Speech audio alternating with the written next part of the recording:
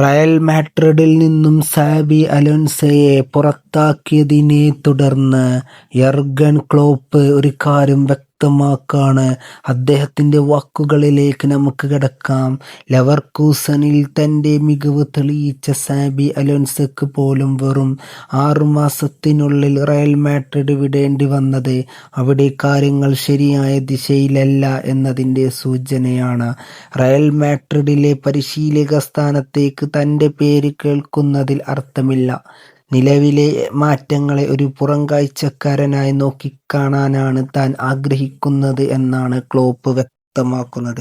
ചുരുക്കി പറയുകയാണെങ്കിൽ സാബി അലോൻസോയെ പുറത്താക്കിയത്, അതായത് റയൽ മാഡ്രിഡ് സാബി അലോൻസോയെ പുറത്താക്കിയത് ക്ലോപ്പിന് എന്താ പറയുക, ഒന്നും യോജിക്കുന്നില്ല.